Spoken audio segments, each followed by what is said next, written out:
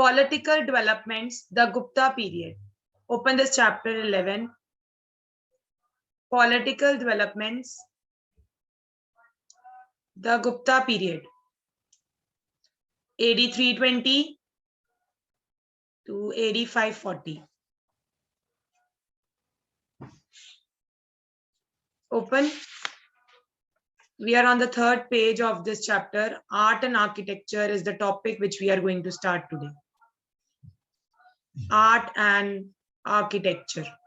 This is the topic which we are going to start today. So kindly open your books. Keep a pencil with you.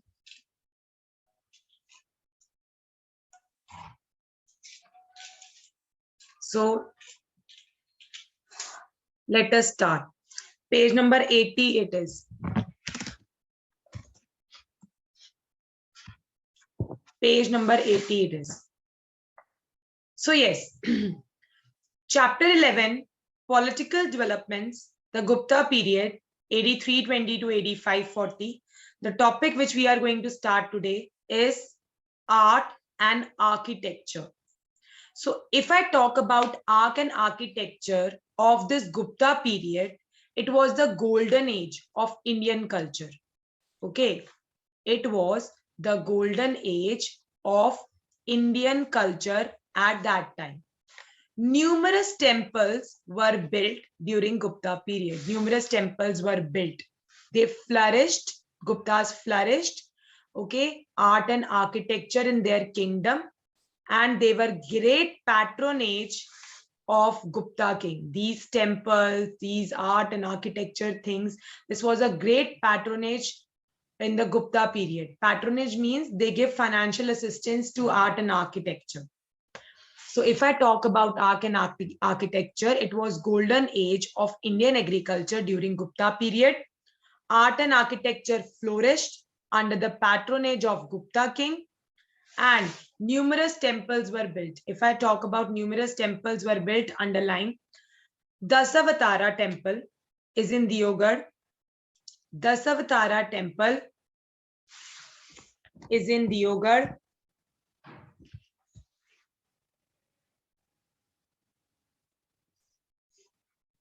Beta, it is Indian culture, architecture only. So Dasavatara temple is in Deogarh. The Bhitargaon temple near your Kanpur. There is one temple at Sanchi also. They were constructed of your brick and stones. Numerous temples were built. Dasavatara temple at Deogarh. The Bhitargaon temple near Kanpur.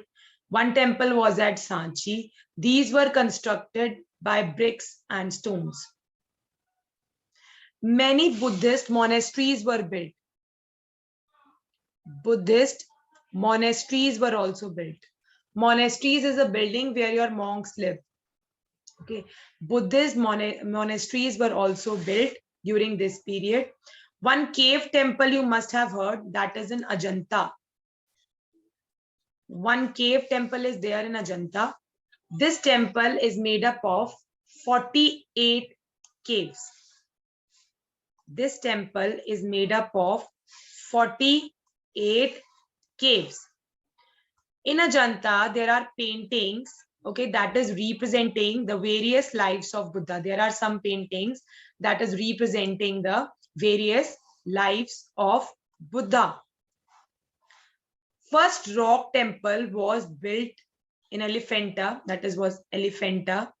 First rock temple was built at Elephanta.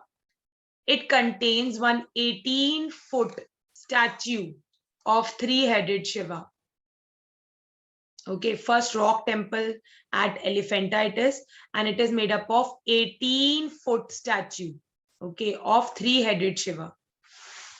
There is a 18-foot statue of three-headed Shiva over here. These both, your first rock temple at Elephanta and this Ajanta caves were full of Buddha's paintings. Okay, this was full of Buddha's sculptures and paintings. And the first rock temple, which was at Elephanta, it consists of 18-foot statue of your three-headed Shiva. Greatest writer. Your greatest writer was Kalidasa. Okay, he lived during reign of Chandragupta I. Okay, reign means at the time period. Okay, the king who was ruling. He lived during reign of Chandragupta I. He was famous for his plays. Kalidasa was famous for his plays. His works include Meghadatta, Raghuvamasha, Kumara Sambhava, and Abhijnana Shakuntalam. Okay, Abhijnana Shakuntalam. So, greatest writer Kalidasa, he lived during the reign of Chandragupta II. Okay. This is your greatest writer Kalidasa. He lived during the reign. Reign means the time period of your Chandragupta II. He was very famous for his plays. His works include Meghadatta, Raghuvamasha, Kumara Sambhava, and Abhijnana Shakuntalam. These are the famous play names. Okay. Done till here. Next topic.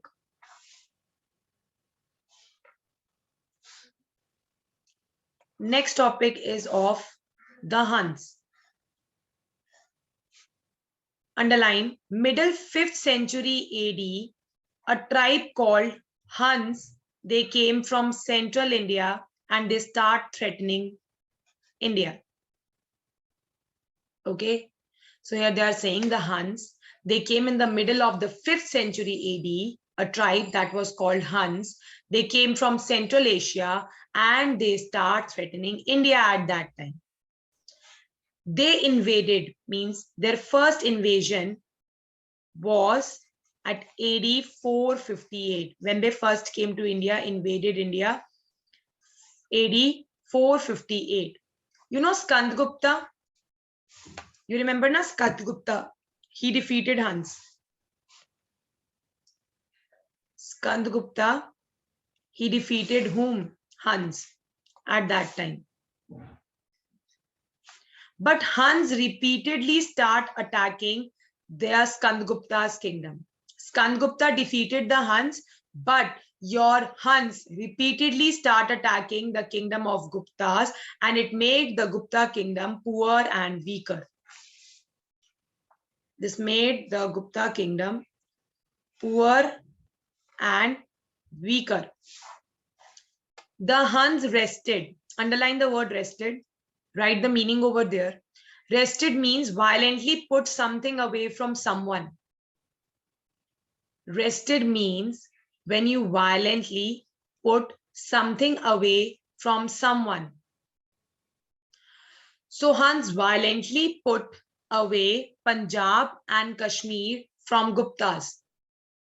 These two places were violently taken away from Guptas by the Huns. Underline. These Huns, they remained in power for how many years? 100 years. And after 100 years, their power started declining.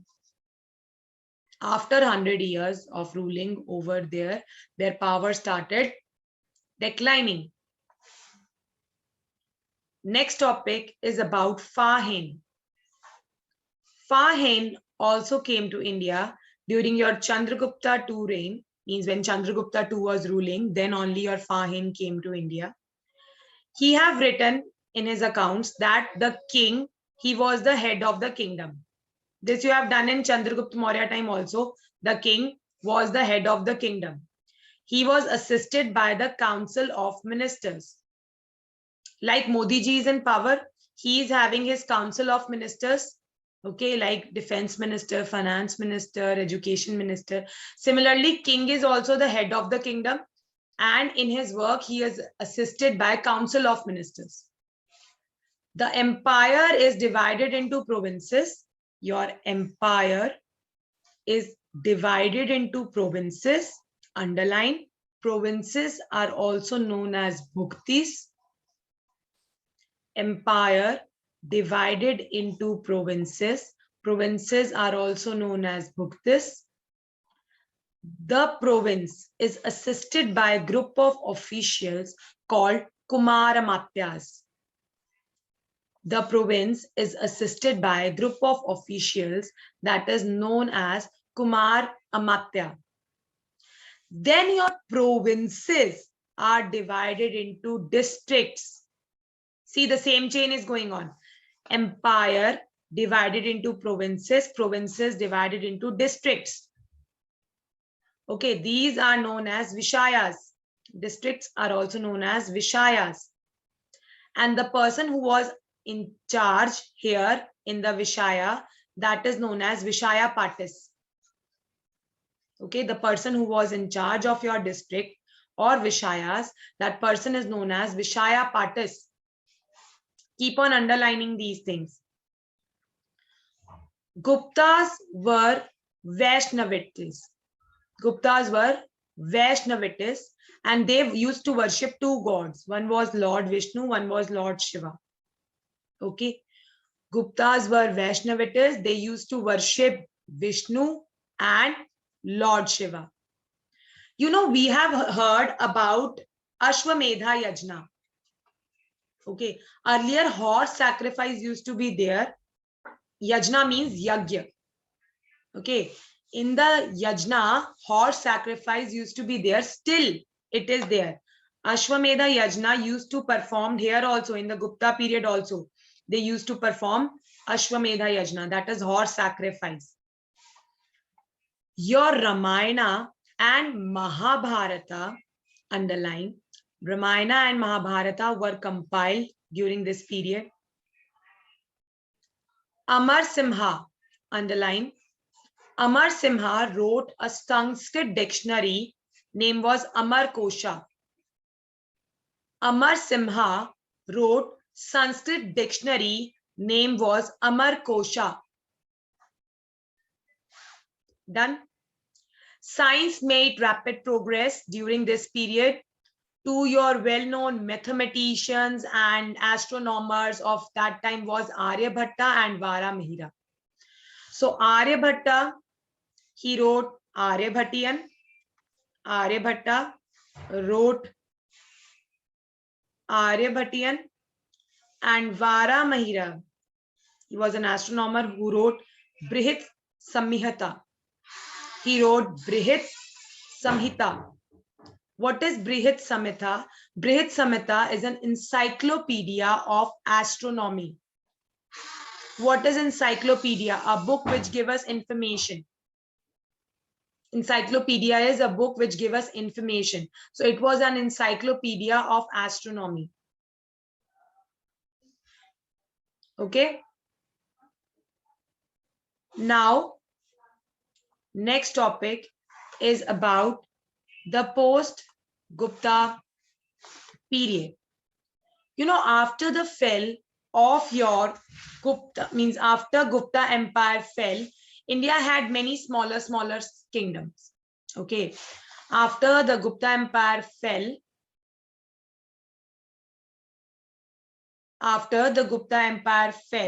India had many smaller kings. They ruled over small kingdom. They often used to fight against each other. Why they used to fight against each other? Because they want to take territory of another king. So there were small kingdoms. They were fighting with each other to have more territory under them. King Harsha.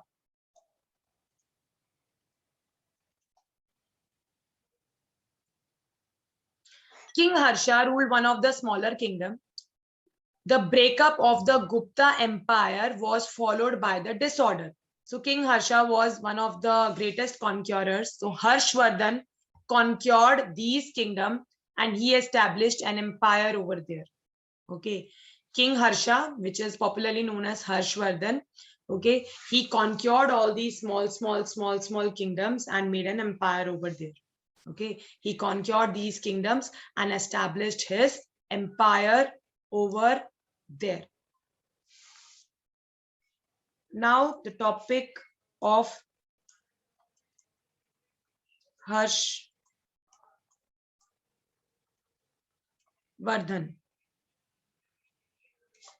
He ruled from AD 606 to AD 647. Harshvardhan ruled from AD 600 to AD 647. A lot of information is there. A lot of information is there about King Harsha. After Gupta, post Gupta means that after Gupta, after the fall of the Gupta Empire, okay, when the Gupta Empire fell apart, who came? Harshvardhan came from AD 600 to AD 647. A lot of information about King Harsha is there in underline Harsha Charita. Okay, a lot of information about King Harshvardhan is there in Harsha Charitra. It is being written by court poet Bhana Bhatta. He was a court poet in the kingdom of Harsha. So he wrote Harsha Charitra. Okay, so Harsha Charitra was written by, it was written by Bhana Bhatta. Bhana Bhatta was court poet. It was the biography of king written in Sanskrit language. Okay, which language it was written in? Sanskrit language.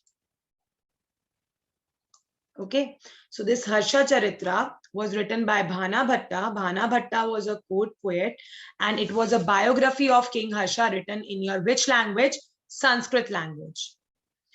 The other account is Hyun Tsang. Like Fahin came to India.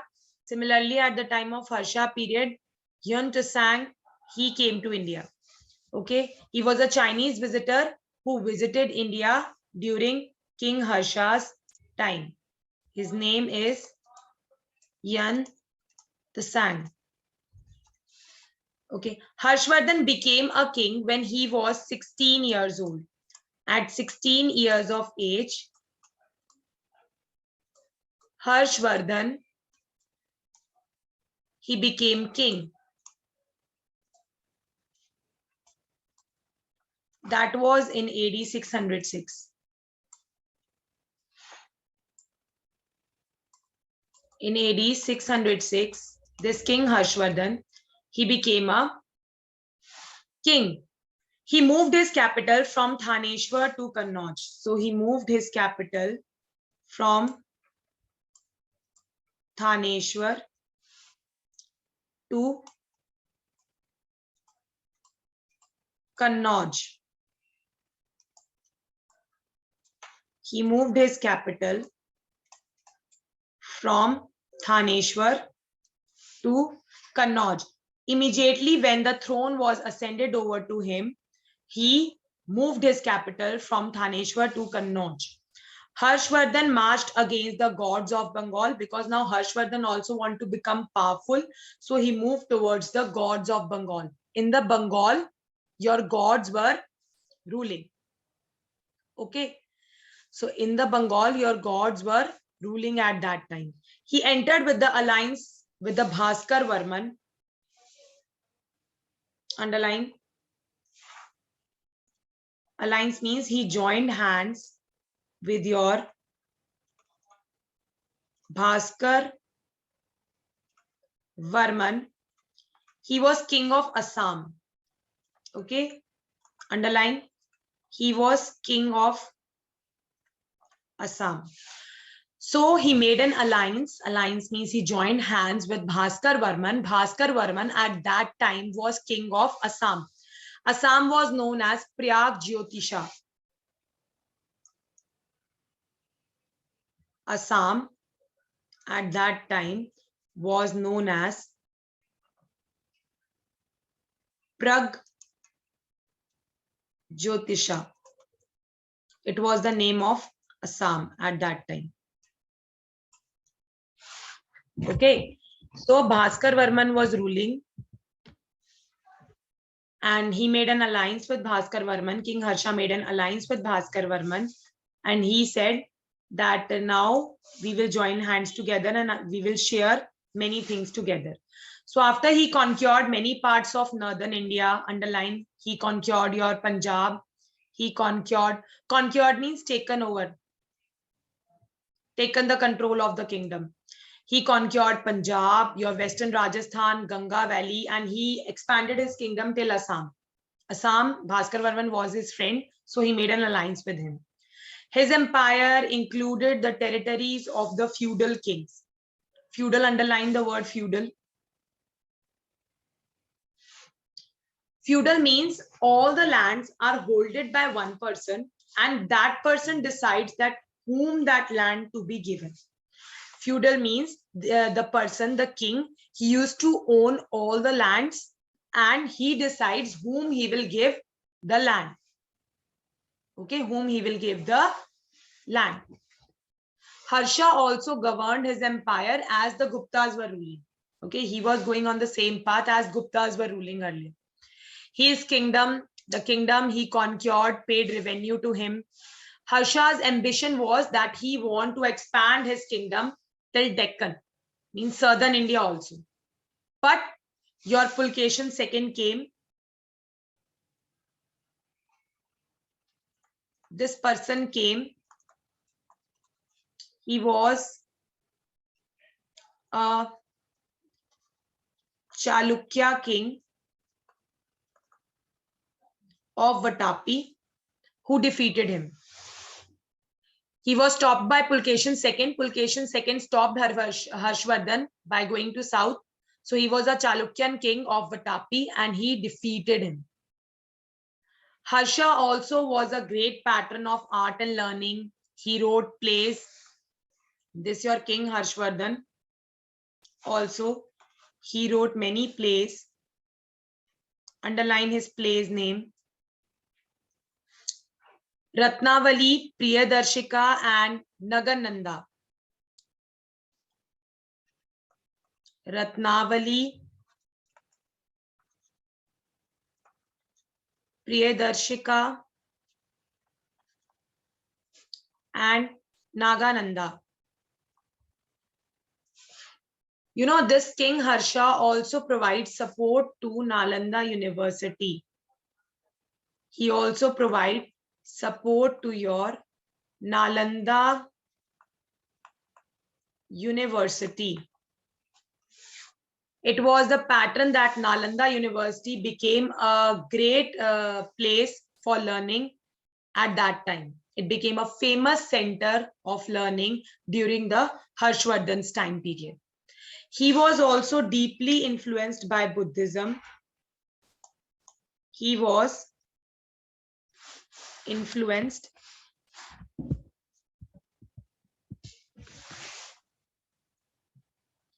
this your King Harshvardhan, underline, he was influenced by which religion? He was influenced by your Buddhism. Okay, he organized your 5th Buddhist Council also. Organized the 5th Buddhist Council at Kannauj. He organized the 5th Buddhist Council at Kannauj, underline in which year? AD 641. He was greatly influenced by Buddhism. He organized 5th Buddhist Council at Kannauj in AD 641, where the teachings of the Mahayana Buddhism was discussed. Where the teachings of Mahayana Buddhism was discussed. This assembly, this 5th Buddhist Council, here 3,000 monks participated, and till 18 days this council continued. This 5th Buddhist Council taken place at Kannauj in AD 641. Here this assembly continued for 18 days, and here 3,000 monks attended this 5th Buddhist Council. Underline.